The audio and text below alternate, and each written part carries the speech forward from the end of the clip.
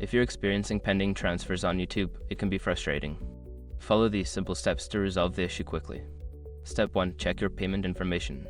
Ensure that your payment information is up to date. Go to your YouTube account settings, navigate to the Payments section, and verify that all details are correct.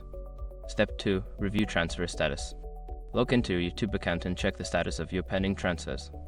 This can usually be found in the Monetization section under Payments. Look for any alerts or messages regarding the transfer. Step 3. Confirm account verification. Make sure your account is fully verified. YouTube may require additional verification steps for transfers to be processed.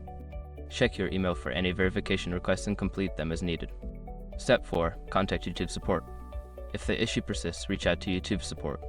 Use the Help Center to find the appropriate contact method and provide them with details about your pending transfers for assistance. Step 5. Wait for processing. After taking the necessary steps, be patient. Transfers may take some time to process, especially if there are any issues.